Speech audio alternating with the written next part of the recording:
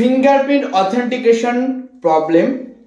আজকের এই ভিডিওতে ওআইসি স্কলারশিপ 2024-25 শিক্ষাবর্ষ সমস্ত ছাত্রছাত্রী তোমরা ওআইসি স্কলারশিপ রিনিউয়াল বা ফ্রেশ আবেদন করবে, তাদের আগের একটা ভিডিওতে ফিঙ্গারপ্রিন্টের প্রবলেমের কিছু সলিউশনের কথা বলেছিলাম।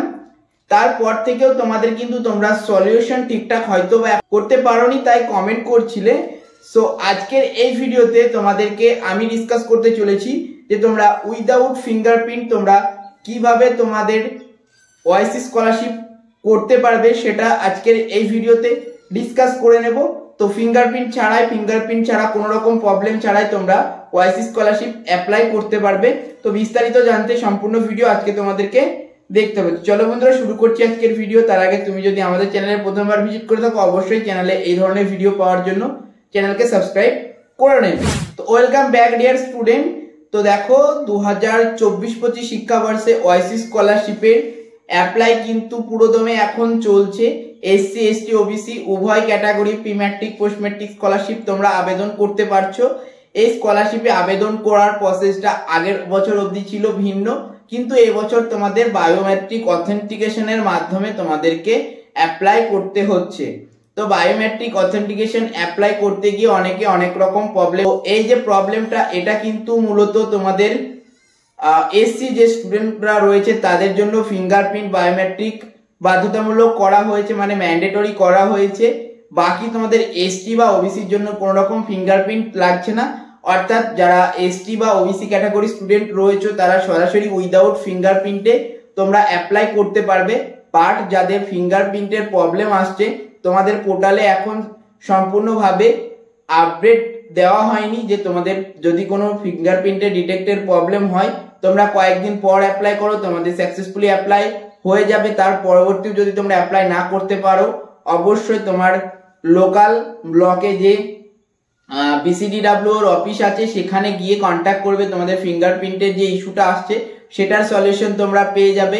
বা তোমরা আগের ভিডিওতে বলেছিলাম তোমাদের ডকুমেন্টের সঙ্গে তোমাদের যদি বায়োমেট্রিক মানে আধারের যদি কোনো রকম মিচ ম্যাচ থাকে তাহলে তোমাদের প্রবলেম হতে পারে।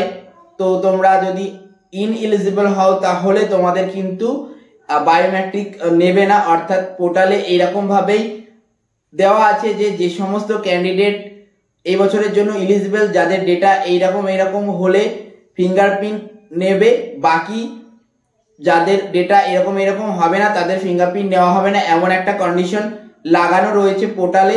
সো যাদের এই বছর তোমরা এলিজিবল রয়েছো, কোনো রকম ভুল দেখছো তোমার ডকুমেন্টের সঙ্গে, তোমার যে কাস্ট সার্টিফিকেট তার সঙ্গে ভুল নেই, তোমার কোনো অ্যাপ্লিকেশনের কোনো রকম ত্রুটি নেই, তারপরেও যদি তোমাদের প্রবলেম আসে তাহলে জানতে হবে কোনো না কোনো দিক থেকে তোমার এটার প্রবলেম এই কারণেই হচ্ছে যে তুমি হয়তো এই বছরের জন্য ইনএলিজিবল মানে এলিজিবল নও, তার জন্য এই প্রবলেমটা আসতে পারে। তো যদি এই ধরনের কোনো প্রবলেম আসে তাহলে তার আগে তোমরা একবার বিসিডিডব্লিউ অফিসে ভিজিট করে বা তোমরা ওআইসি এর যে অফিসিয়াল নাম্বার রয়েছে সেখানেও কন্ট্যাক্ট করে জেনে নিতে পারো যে তোমরা কেন ইনএলিজিবল হচ্ছ বা তোমাদের কেন বায়োমেট্রিক নিচ্ছে না।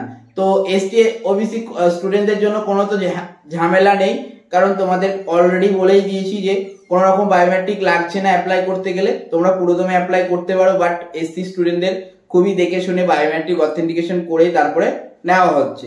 তো এইটা ছোট একটা ভিডিওর মাধ্যমে তোমাদের আরো একবার সুন্দরভাবে কিছু গুরুত্বপূর্ণ তথ্য দিয়ে দিলাম। তারপরও তোমাদের বলেছি যে ফিঙ্গারপ্রিন্ট ছাড়া অ্যাপ্লাই করা যাবে। তো এসটি বা ওবিসি তারা অবশ্যই দেখতে পাচ্ছ তোমরা ফিঙ্গারপ্রিন্ট ছাড়া অ্যাপ্লাই, তোমাদের জন্য কোনো রকম বাধ্যবাধকতা নেই। সো আজকের এই ভিডিওটা কেমন হলো অবশ্যই জানাতে ভুলবে না। যদি ভালো লাগে একটা লাইক করে দেবে, এই ধরনের ভিডিও পেতে চ্যানেল সাবস্ক্রাইব করে রাখবে। চলো বন্ধুরা, দেখা হচ্ছে পরবর্তী ভিডিওতে। Thanks for watch this video.